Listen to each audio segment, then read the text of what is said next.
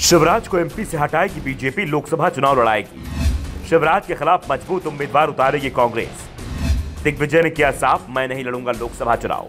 लोकसभा चुनाव करीब हैं, 1.5 महीने में ही लोकसभा चुनाव का ऐलान हो जाएगा।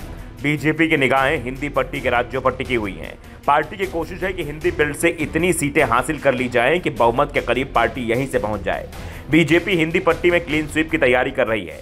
2019 में मध्य प्रदेश की 29 में से 28 सीटों पर बीजेपी ने कब्जा किया था और पार्टी इस बार भी 29 सीटों का टारगेट लेकर चल रही है। इस बीच केंद्रीय मंत्री रामदास अठावले ने ऐलान कर दिया कि पूर्व सीएम शिवराज सिंह चौहान एमपी से लोकसभा चुनाव लड़ेंगे। उम्मीद है कि पार्टी उन्हें विदिशा सीट से चुनाव लड़ाएगी या फिर शिवराज को छिंदवाड़ा से चुनाव मैदान में उतारा जा सकता है, जहां उनका मुकाबला कमलनाथ या फिर उनके बेटे नकुलनाथ से हो सकता है। शिवराज को लोकसभा चुनाव लड़ाने का मतलब साफ है कि पार्टी उन्हें मध्य प्रदेश में नहीं रखना चाहती है, क्योंकि शिवराज के एमपी में रहने से मोहन यादव को कामकाज में परेशानी हो रही है। फिलहाल मोहन यादव के काम से पार्टी खुश दिखाई दे रही है। उन्होंने छोटे से ही कार्यकाल में अपनी छाप छोड़ी है। ऐसे में शिवराज को अब एमपी छोड़ना होगा, ये तय है। वैसे तो सांसद एमपी से ही रहेंगे, इसलिए पूरी तरह से उनका एमपी नहीं छूटेगा, लेकिन राज्य सरकार के कामकाज में उनका हस्तक्षेप खत्म हो जाएगा। अगर शिवराज को विदिशा सीट से, जहां से वो पहले भी सांसद रह चुके हैं, पार्टी टिकट देती है तो वो वहां से आसानी चुनाव जीत जाएंगे। उन्हें कोई परेशानी नहीं आएगी। छिंदवाड़ा में जरूर पेच फंस सकता है। एक और बीजेपी शिवराज को चुनाव लड़ाने के संकेत दे रही है, तो दूसरी ओर कांग्रेस की ओर से साफ कर दिया गया है कि अगर शिवराज चुनाव लड़ेंगे तो उनके खिलाफ मजबूत उम्मीदवार उतारा जाएगा।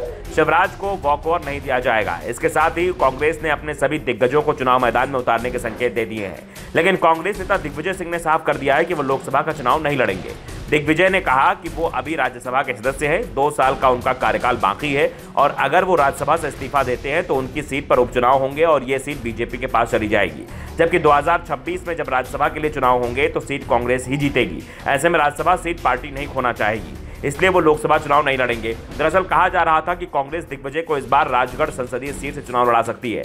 दिग्विजय सिंह का गढ़ राघोगढ़ राजगढ़ लोकसभा सीट में ही आता है। राघोगढ़ विधानसभा क्षेत्र गुना जिले में आता है। राघोगढ़ से इस समय दिग्विजय सिंह के बेटे जयवर्धन सिंह विधायक हैं, लेकिन दिग्विजय ने साफ इंकार कर दिया कि वो लोकसभा चुनाव नहीं लड़ेंगे। बता दें कि दिग्विजय सिंह ने 2019 में भोपाल लोकसभा सीट से चुनाव लड़ा था, लेकिन भाजपा की प्रज्ञा सिंह ठाकुर से 3,65,000 के वोटों के अंतर से हार गए थे।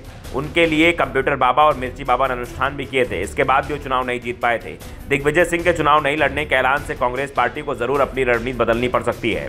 दरअसल कुछ दिनों पहले पार्टी के प्रदेश प्रभारी जितेंद्र सिंह ने हाल ही में जिला कांग्रेस अध्यक्षों की बैठक ली थी। इस बैठक में कांग्रेस के सीनियर नेताओं को लोकसभा चुनाव लड़ाने और विधानसभा चुनाव में हार चुकी कुछ नेताओं को लोकसभा का टिकट देने पर चर्चा हुई। बैठक में कमलनाथ, दिग्विजय सिंह, कांतिलाल भूरिया जैसे सीनियर लीडर्स के अलावा तरुण बनोत, कमलेश्वर पटेल, हीना कांवरे जैसे विधानसभा चुनाव हार चुके नेताओं को भी लोकसभा चुनाव लड़ाने पर बात हुई थी और कुछ नेताओं को इशारा भी दे दिया गया था कि लोकसभा चुनाव की तैयारी शुरू कर दें, लेकिन दिग्विजय सिंह ने इंकार कर दिया। Bureau report, the Navdarpan news.